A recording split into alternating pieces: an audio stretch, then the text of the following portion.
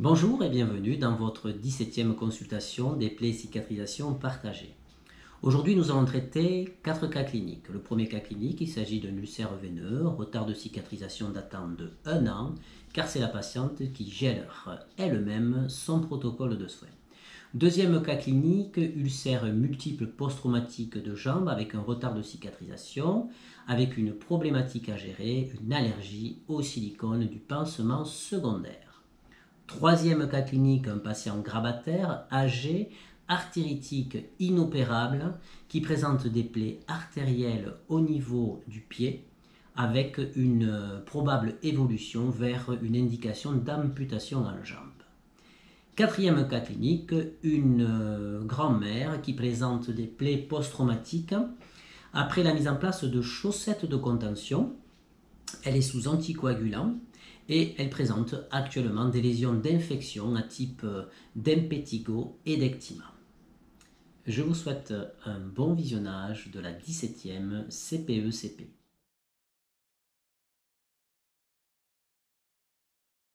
Il s'agit d'une patiente que je vois pour la première fois en consultation pour un retard de cicatrisation d'un ulcère veineux malléolaire interne droit évoluant depuis 1 an. Je la connais car en 2016 j'avais guéri un ulcère malléolaire interne contralatéral. J'avais dû effectuer, au-delà d'un protocole de soins, une chirurgie sélective de cette varice qui irriguait directement la zone ulcéreuse selon les modalités de la technique ASVAL, ablation sélective des varices sous anesthésie locale. Du côté contralatéral, donc depuis 1 an, elle présente cet ulcère. Nous voyons qu'il existe des signes d'insuffisance veineuse avec un petit œdème sural, la présence d'une dermite prétibiale. On retrouve un problème de protocole de soins, mais je vous rassure, c'est la patiente qui se fait le pansement elle-même. Quant à vous dire pourquoi elle a attendu 1 an, c'est une autre histoire. Quoi qu'il en soit, nous avons un hydrocellulaire bien saturé, c'est un pansement primaire. À l'examen, on retrouve un ulcère malléolaire, fibrineux, avec une inflammation de la peau périulcéreuse et la présence d'une dermite irritative ou caustique périulcéreuse due à la stagnation des exsudats. Je lave la plaie au sérum physiologique, réalise un prélèvement à visée bactériologique. Mise en place d'une interface grasse argentique qui doit avoir une action au fond de la plaie et non pas passer par-dessus. Traitement de la peau périulcéreuse par une préparation associant un dermocorticoïde à de l'acide fusidique. Bien mettre autour de la plaie en couche épaisse sur la peau périulcéreuse. Mise en place d'une interface grasse pour éviter que cette peau périulcéreuse ne colle au niveau du pansement secondaire qui va être un super absorbant en cas de diminution des exsudats. Le tout sera maintenu par une bande avec la pose d'une bande de contention impérative si on veut avoir une chance de cicatrisation. Et je sensibilise la patiente à la nécessité d'avoir une équipe infirmière qui réalise ce protocole de soins complexe.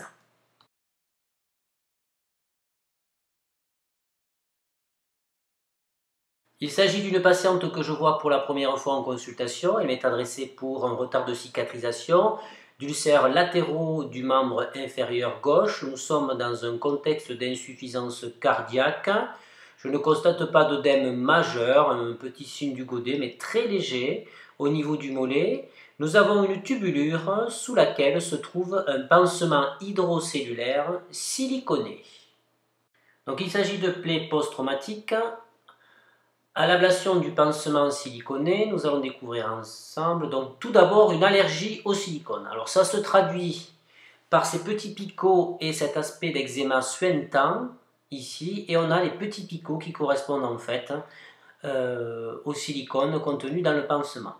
Malheureusement, le pansement a été fait il y a 2 heures. Alors, je précise bien aux infirmières que je veux voir des pansements qui ont vieilli, puisque mon premier critère pour le choix d'un protocole de soins, c'est les exsudats. Et ici, donc, on voit déjà qu'au bout de 2 heures, on a une bonne saturation de cet alginate, donc a priori, plaie exsudative. 3 plaies bien fibrineuses, de faible surface au sein d'un eczéma de contact au silicone.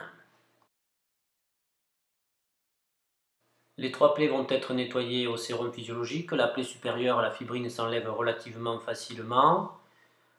La plaie inférieure ici, c'est un peu plus complexe, et la deuxième plaie aussi, c'est beaucoup plus complexe, donc la fibrine est constituée à ce niveau. Remplace l'alginate par un hydrofibre qui a une capacité d'absorption supérieure à l'alginate. Il aura aussi une action de fibrinectomie autolytique sur les 2 plaies inférieures. L'eczéma de la peau périulcéreuse sera traité par un dermocorticoïde en application directe en couche épaisse, tous les jours pendant 1 semaine, et ensuite 1 jour sur 2 en fonction de l'évolution locale. Il va bien falloir remplacer cet hydrocellulaire siliconé par un hydrocellulaire non siliconé avec un protocole de soins quotidien, et cet hydrocellulaire non adhésif et non siliconé sera maintenu par une tubulure.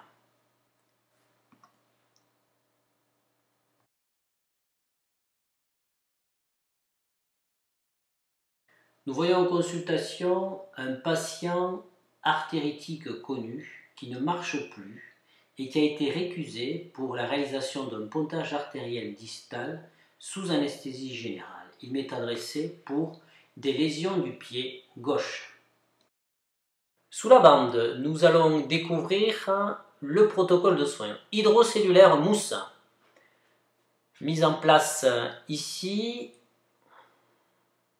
Il y en a d'ailleurs plusieurs qui entourent complètement le pied et qui sont dépassés par ces plaies très exsudatives. Au contact des plaies des orteils, nous avons une compresse qui fait office de pansement primaire. Ici, l'hydrocellulaire est très saturé. Ensuite, nous avons ici 2 plaies au niveau de la face interne du pied, avec une plaie au niveau de son hallux valgus en contact direct avec l'hydrocellulaire, et la plaie située au niveau de la cheville, il y a un alginate qui est impacté au niveau de la plaie. Alors ici, les compresses bien saturées avec bien sûr une stagnation des exsudats. Ce sont typiquement des plaies artérielles qui sont des ulcères suspendus, fibrineux, algiques au contact, rien à voir avec des plaies d'origine veineuse. Et au niveau des orteils, qu'est-ce que nous allons découvrir? Bon, ça c'est dû à son hallux valgus, là-haut, voilà, une belle nécrose avec un tendon qui est à l'air en fait. Je réalise des prélèvements sur les lésions fibrineuses et exsudatives, prélèvements à visée bactériologique, pour instaurer une antibiothérapie la semaine prochaine, adaptée aux germes en présence en fonction de sa fonction rénale. Le protocole de soins mis en place d'une interface argentique, renforcé par un hydrofibre car les exsudats sont importants, et il est important aussi de mettre un hydrofibre entre les orteils pour éviter la macération interorteil qui peut être source de lésions, voire de colonisation par des champignons. Les plaies principales artérielles qui sont exsudatives, l'hydrofibre est mise en relation directe, ainsi que la plaie sur l'hallux valgus. Et bien sûr, le pansement secondaire doit être un pansement super absorbant, maintenu par une bande, car ce patient gravataire est un peu agité et donc il va y avoir des mouvements avec un pansement qui est susceptible de se défaire pendant la journée ou pendant la nuit, ce qui va demander une réflexion. Quoi qu'il en soit, le pansement super absorbant doit recouvrir l'ensemble des lésions pour éviter la fuite des exsudats. Je ne vous cache pas que ce patient est à fort risque d'amputation de jambes, car il existe des lésions artérielles avancées dans un contexte d'artériopathie oblitérante des membres inférieurs sans possibilité de restauration.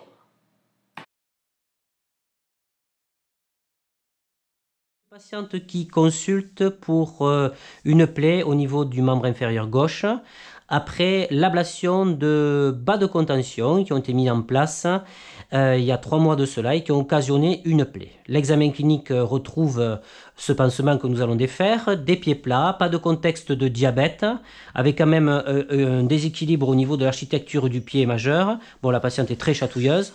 Nous avons ensuite ici une zone d'hyperappui, mais la patiente n'est... Nous allons découvrir ensemble le protocole de soins. J'enlève donc la bande, on voit qu'il existe un hydrofibre dessous. Voilà, alors en fait nous avons en fait une compresse dans un premier temps, et sous cette compresse qui ne recouvre pas l'ensemble d'un pansement secondaire qui est un hydrofibre. Voilà, saturé. Et en dessous nous avons une interface neutre qui est mise en contact direct avec les différentes plaies. Un érythème et différents types de lésions qui parsèment le pourtour de la jambe. Un peu plus haut, je remarque la présence d'un hématome sous-cutané qui est dû à l'hyperpression sur la partie supérieure en fait de la chaussette de contention qui avait été mise en place. On retrouve deux types de lésions cutanées avec une lésion superficielle, l'impétigo, les vésicules se sont rompues et nous avons donc une infection bactérienne ici superficielle. Un peu plus bas, une lésion d'infection bactérienne plus profonde qui correspond à un ectyma. Après lavage au sérum physiologique, je vais pratiquer un prélèvement à l'écouvillon à visée bactériologique sur la lésion d'ectyma, la plus profonde. Ensuite, j'instaure sur cette lésion la mise en place d'un alginate argentique, car cette lésion est exsudative. Et sur la lésion plus superficielle, les autres lésions d'ailleurs, il y a plusieurs impétigos, la mise en place d'une interface argentique, toujours pour avoir une action locale bactéricide. Le tout sera recouvert d'un pansement superabsorbant en cas de recrudescence des exsudats, et ce pansement superabsorbant sera maintenu par une tubulure.